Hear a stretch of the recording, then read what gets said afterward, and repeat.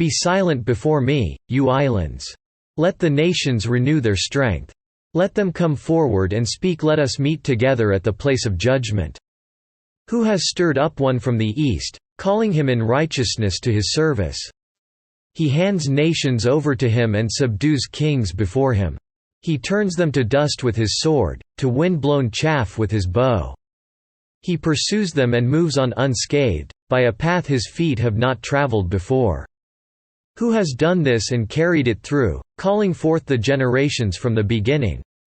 I, the Lord, with the first of them and with the last I am He. The islands have seen it and fear, the ends of the earth tremble. They approach and come forward. Each helps the other and says to his brother, Be strong. The craftsman encourages the goldsmith, and he who smooths with the hammer spurs on him who strikes the anvil. He says of the welding, It is good. He nails down the idol so it will not topple. But you, O Israel, my servant, Jacob, whom I have chosen, you descendants of Abraham my friend. I took you from the ends of the earth, from its farthest corners I called you. I said, You are my servant, I have chosen you and have not rejected you. So do not fear, for I am with you. Do not be dismayed, for I am your God. I will strengthen you and help you. I will uphold you with my righteous right hand. All who rage against you will surely be ashamed and disgraced. Those who oppose you will be as nothing and perish. Though you search for your enemies, you will not find them. Those who wage war against you will be as nothing at all. For I am the Lord, your God, who takes hold of your right hand and says to you, Do not fear, I will help you. Do not be afraid, O worm Jacob, O little Israel, for I myself will help you, declares the Lord, your Redeemer, the Holy One of Israel. See, I will make you into a threshing sledge, new and sharp, with many teeth. You will thresh the mountains and crush them, and reduce the hills to chaff. You will winnow them, the wind will pick them up, and a gale will blow them away. But you will rejoice in the Lord and glory in the Holy One of Israel. The poor and needy search for water, but there is none. Their tongues are parched with thirst.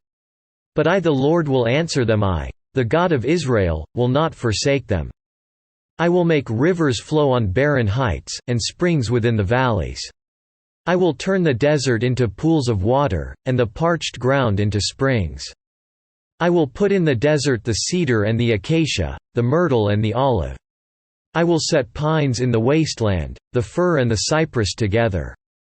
So that people may see and know, may consider and understand, that the hand of the Lord has done this, that the Holy One of Israel has created it.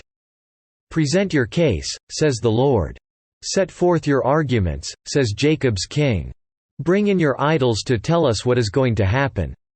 Tell us what the former things were, so that we may consider them and know their final outcome.